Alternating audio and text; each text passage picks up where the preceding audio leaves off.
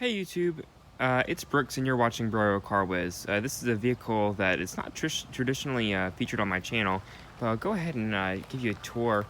This is a 2017 Nissan Rogue SV front-wheel drive.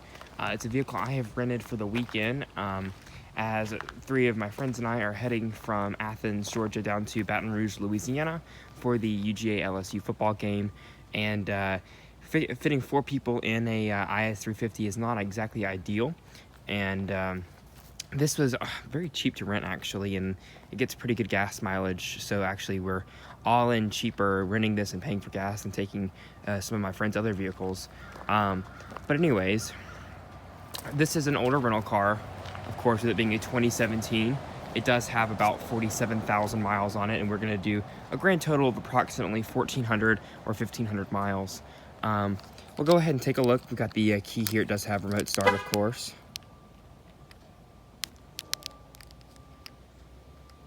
Oh. There we go. Yeah, so it does have remote start. The SV, of course, is the mid-level trim. And this one actually doesn't have any option packages. You can get some upgrades on the SV. This one just doesn't feature them. Now, new for 2017 was this new front with the LED accent lights. You can get some LEDs on the SL trim level, and again, this is a base SV, so no fog lights there or anything. And as you can see, it's a 2017 because there is no Nissan safety shield.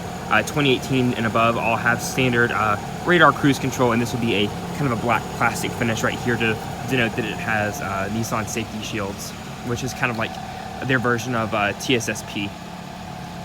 So it does have alloy wheels because it is an SV. This one has mismatched tires. The front has Yokohama Geolanders, and they're going to need to be replaced. They're kind of getting pretty bald. But the back does have some BF Goodwrench tires on it, which are pretty meaty. Actually, no, the back passenger side has a BF Goodwrench tire. This one has a CXV Sport Performance tire.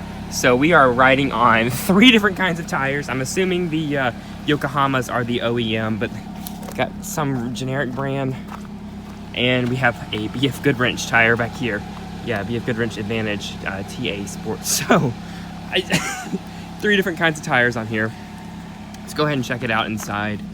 Don't want to make this video too long. Basically what it comes down to with this is I just wanted to show you what is a good overall car. And that's basically just what the Rogue is. It is a good all-around vehicle. It's nothing really to write home about, but it's going to fit four people comfortably and get great gas mileage and have enough standard features. I will say that the sticker price on this car new is kind of high, but Nissan does discount their vehicles very well. And part of that is with the poor, kind of a below average resale value, we'll say. But for value of the money, if you do get a good deal on one of these, it's not a bad car at all. So like you see, it does have push button start. We'll go ahead and finish up under the hood and everything since we've already done most of the exterior. We'll leave the key just sitting in here. And it does have an auto driver's side window. No sunroof or anything on this one. And under the hood, this is Nissan's 2.5-liter four-cylinder engine. It has about 170 horsepower. Like I said, this one is front-wheel drive, and all-wheel drive is an option. And this one is, they all have the Xtronic continuously variable transmission. It's got 170-ish horsepower, and it's really fine. I mean, I was on the highway yesterday doing 78-ish through the middle of nowhere, and it got along just fine, passed just fine with four people and their stuff. So overall, not bad, and it does get like, I'll show you in the gauge cluster. I've been getting like 29.5 miles per gallon overall, which is pretty daggone good. Much better than we would have gotten in any of our vehicles. Taking a look at the rest of the vehicle. Again, the driver's seat's set for my 6'2" driving frame, and as you can see, the people behind me have plenty of room, and it is a stadium seating, so you do look over the person in front of you, which is a nice look because you don't get it's not as hard to get, or you won't get car sick back here, we'll say, if I can say my words right. Do have some air vents back here and a folding armrest with 2 cup holders, and of course these seats do slide with this bar right here, and they do recline as well. Seat door storage over here, and you do have seat back pockets, so they don't really jip the rear passengers. It's a pretty nice place to be. It's very spacious, and there's plenty of headroom. And then looking at the trunk, this is a big feature that I really appreciate in the Rogue.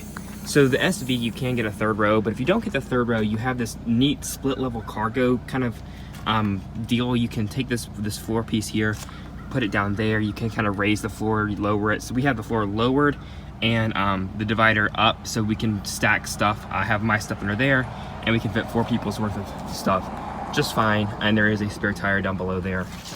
Power trunk is optional, of course. As you can see, there's that heat deal thing. There's a whole bunch of forums about what this is, because you can really see it even more so on the previous models before the refresh. Not a bad looking vehicle, but of course with so many of these on the road as rentals, it's kind of generic looking, especially in white, kind of rental car grade. But it does get the job done just fine. Again, value for money is very strong. Let's go ahead and take a look at the interior real quick. So it's an SV trim, does have a 8-way power driver seat, but that's including the 2-way lumbar, so it's really a 6-way. One thing that I don't love is that the front of the seat does not raise or lower. As you can see, it just scoots back and forth. I can't push this up or down, I can only raise the back. So the thigh support is not adjustable, which kind of is a little bit irritating. I wish it was, but again, it could be worse.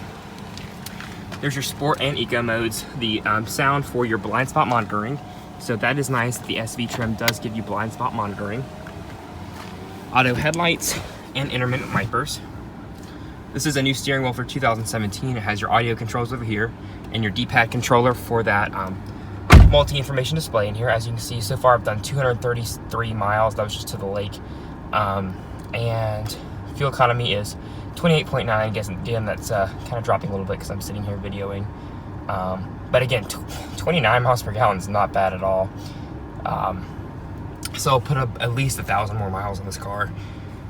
Cruise control is over here. Again, no Nissan safety shield, so it does not have radar cruise, but it does have Bluetooth phone and audio, which is nice. Dual zone climate controls, USB, and some storage over here.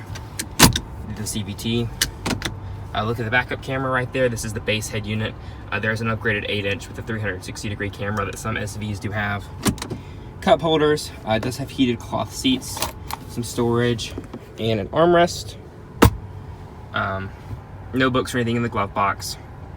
One thing that's really interesting to me is this is a hard plastic piece that looks stitched, but this is all padded. I don't know, I would have thought that would be the padded part and this is the hard part, but I digress. The materials overall are pretty good, especially with this being padded. It's just interesting that that looks like it would be and it's not. And then off to the side here, all your door panels are padded. Nice door grabs there. And up above, you do have very large sun visors with vanity light and mirror, and then your standard Nissan overhead LED lights and sunglasses holder. So I won't drag this on any longer, but I do want to thank you for taking a look at my rental car with me. Stay following me on the Instagram for some more updates as we take Louisiana in our Nissan Rogue. Thank you for watching and stay tuned for more. And as a final odometer reading, as you can see there, 47,528 miles for a total distance of 1,296.6 miles. Apparently the trip odometer was designed in the 80s and it doesn't have more than 4 digits, so it doesn't count to the thousands, but as you can see, just shy of 24 hours in the car since Thursday, and today is Sunday. Alrighty, thank you all for watching.